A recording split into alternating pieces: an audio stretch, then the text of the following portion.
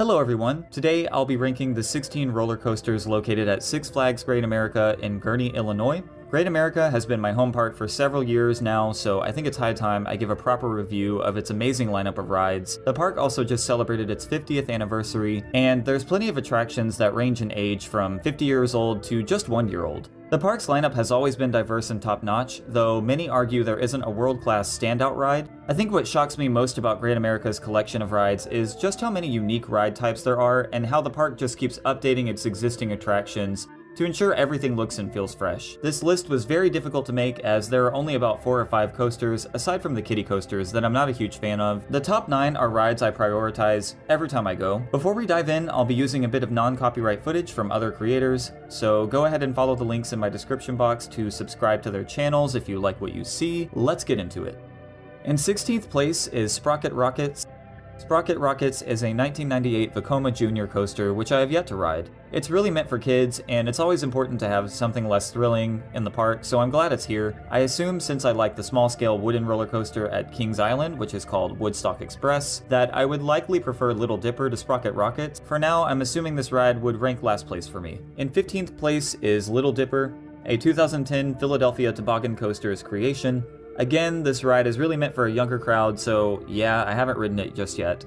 I will likely get the credit at some point, but based on my preferences, I think I would like this ride slightly more than Sprocket Rockets. It's a wooden roller coaster, and I almost always enjoy those, even if they're smaller, and I think it's cool that Great America offers a wooden version of a tame thrill ride. And some may argue that it's unfair for me to make this list just yet, since I haven't been on the 2 kiddie coasters, but trust me, I really do think they would rank last. At number 14 is Joker. Joker is an SNS 4D free spin coaster, which means the cars freely rotate as the train navigates the track. It's definitely a very cool spectacle off-ride, but I can't say that I enjoy it at all while riding it. It doesn't really feel like a roller coaster because it doesn't follow a traditional layout. Also, the flipping definitely makes me feel a bit sick, and I'm not interested in anything that gets me dizzy. Unfortunately, this ride model is a no-go for me. I've ridden it once, and that was enough. In 13th place is Demon, a 1976 Aerodynamics custom looping coaster. Ranking this one is tough because I think Demon has some cool rock work surrounding its layout, and I enjoy the lights inside the tunnels. The vertical loops and corkscrews are pretty forceful, but I find them all to be uncomfortable. The loops are a bit too tight and snappy for my liking, and the corkscrews rattle quite a bit. Furthermore, I think the layout falls pretty flat and doesn't really thrill me, aside from the vertical loops. For those reasons, Demon ranks near the bottom of my list, but I appreciate that it opened with the park 50 years ago and is still around, and it's a ride that definitely has a lot of personality. I'd rather than preserve it for its historical significance than get rid of it to add something new. In 12th place is the Dark Knight Coaster. The Dark Knight Coaster is an indoor wild mouse which was created by Mock Rides in 2008. There are a few decent drops throughout the ride, but the rest of it is what you'd expect. A ton of janky, tight turns.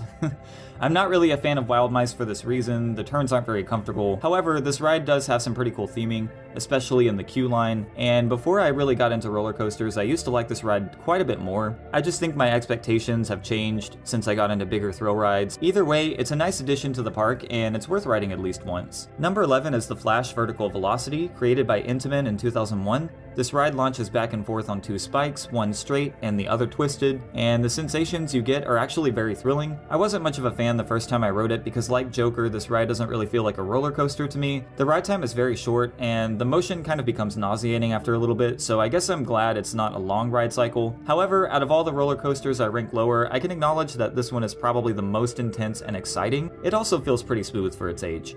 In 10th place is Superman Ultimate Flight. This may come as a surprise to many people because Superman is definitely not a bad ride in any way. For one, it's glass smooth despite being built in 2003. Most B&M rides from that era tend to remain smooth, so that's not uncommon. Also, the pretzel loop near the start is very intense and fun. The rest of the ride, however, really knocks this ride down the list for me. It meanders around the layout without much thrill, and for me personally, the flying position is not very comfortable. I always catch myself just wanting the ride to end because I want to get off my stomach, but that's just me. Either way, there's really nothing wrong with the ride. My personal preferences are what hold it back, and there are so many great rides at this park that some things just need to take lower spots, and this happens to be one of them. At number 9 is Whizzer, a 1976 Schwarzkopf speed racer which opened with the park like Demon in 1976. I'm sure it comes as a surprise that I rank Whizzer above so many bigger thrill coasters, but I think this ride has so much personality and charm that it deserves a better ranking. One of my favorite things about Whizzer is that it's the only operating speed racer left in the entire world. Fortunately, these aren't the only good things about Whizzer. Despite its tame nature, the trains are very comfortable, the track is is incredibly smooth, and the layout winds its way around the water and up very close to the ground. For a gentle scenic ride, even though I use words like gentle and tame, Whizzer is thrilling enough that I'd call it a family ride versus a kiddie coaster. A very good one, that is. It's nice to see Whizzer still going after 50 years, and I'm glad it's not going anywhere anytime soon. In 8th place is American Eagle, a 1981 wooden roller coaster manufactured by Intamin. American Eagle has two sides, a blue side and a red side with identical layouts. The trains used to race, but they haven't raced since I've been going to the park. From what I hear, they are supposed to start racing again sometime soon, which is amazing news. I will say the first half has a fun and quite large first drop, followed by some surprisingly strong moments of airtime, but once you hit the helix in the middle, the ride just becomes hilariously bad. The helix is extremely slow at first, and it feels like you're crawling over an endless series of speed bumps. I usually have to hold on really tight to make sure I don't get rattled to the point of a headache. The second... I'm reading this off of script. I have to say, despite American Eagle's flaws and its need for some retracking, I find something about it to be really enjoyable. I think it's the scale of the ride and how secluded it feels from the rest of the park. If this ride were to get some track updates, I think it would easily climb up a bit in my rankings, but either way, I still think it's a very fun classic. And even though I say it's a bit rough, there are far rougher rides out there. This one doesn't even come close to one of the worst I've been on. Number 7 is Viper, which is a wooden roller coaster that was created in 1995 by Six Flags themselves. The 100-foot first drop is kind of funny because the train crawls over the lift hill very slowly, but things take off pretty fast from there. You get some really gnarly laterals during every turnaround, and in between those is a buffet of surprising airtime. I'm genuinely always shocked by the airtime on this ride because I expect it to just be okay, but it's actually some of the best in the park. While Viper isn't perfectly smooth and its layout isn't the most creative, I really enjoy how it tracks through itself many times and you become encased in the support structure. I think it's one of the most underrated rides at Great America, and I hope they continue to keep it around for many years to come. At number 6 is Wrath of Rakshasa, the newest roller coaster in the park. Wrath of Rakshasa is a 2025 B&M dive coaster, which features a beyond vertical drop of 96 degrees, and it features a holding brake at the top of the drop, which makes you stare down at your fate for a few seconds beforehand. I will admit, hanging over the top of the drop is definitely pretty scary, though the vest restraints keep you feeling super snug and safe. Apart from that, I am most impressed by this ride's pacing. There are 5 inversions, all of which are pretty forceful, and the train stays fast throughout the whole ride. The only reason I rank this ride a bit lower is because despite it being brand new, it does have a slightly bumpy quality about it in certain seats, and I think I just prefer the ride types I ranked above it. However, I think it's easily the most beautiful ride in the park, especially with the way it weaves all over the pathways and takes up so much space. The blue color is also great. I think it's a perfect fit for this park and really elevates the atmosphere. At number 5 is X-Flight, a 2012 B&M wing coaster with a wing overdrop at the start and 5 inversions.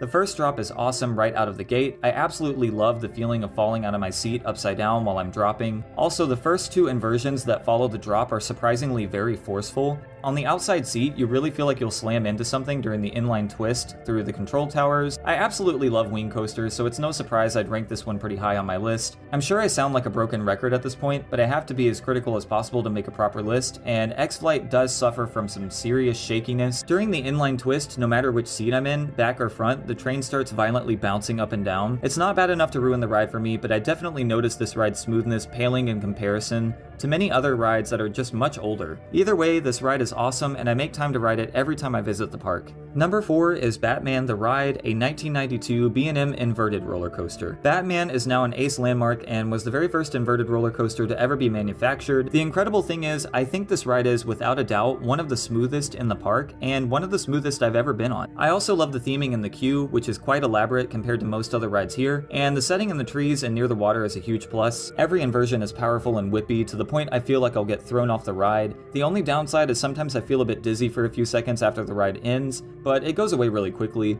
I think I owe Batman, or perhaps B&M, a huge thanks, because this ride got me into inverts, and prior to riding it, I wasn't really a fan of the inverted roller coaster. In 3rd place is Max Force. Max Force is a 2019 S&S steel coaster with a powerful compressed air launch to kick things off. Is the ride extremely short? Yes. Is the main point of the ride the launch? Yes. However, this is the only ride in the park that makes me shake in my boots. The launch is easily one of the most intense and disorienting sensations I've ever felt on a ride. You go from 0 to 78 miles per hour in just 1.8 seconds. The inversions that follow are pretty thrilling as well because they are very tall and the restraints don't feel snug at all. There's a heartline roll in the middle of the ride that's damn near the whippiest element I've ever experienced. The main downside is this ride is constantly down for maintenance because it's so unreliable. Do I wish it was longer? To be honest, not really. I think it does what it needs to do, and I'm just fine with that. I typically prefer a longer ride, but I have no difficulty appreciating Max Force for what it is. While I usually carve out time to get on Batman or X-Flight more often, I still think Max Force is slightly superior just based on the otherworldly quality of that launch and the first few inversions. This is one of very few rides I describe as feeling dreamlike because it's such a crazy experience. Now that we've reached the top 2, I'm assuming you all know what's left. For a while, I wasn't sure how to rank these rides, but I'm confident they will always be my top 2 at this park. In second place is Goliath. Goliath is a 2014 RMC wooden topper track coaster. The drop is gigantic at 180 feet,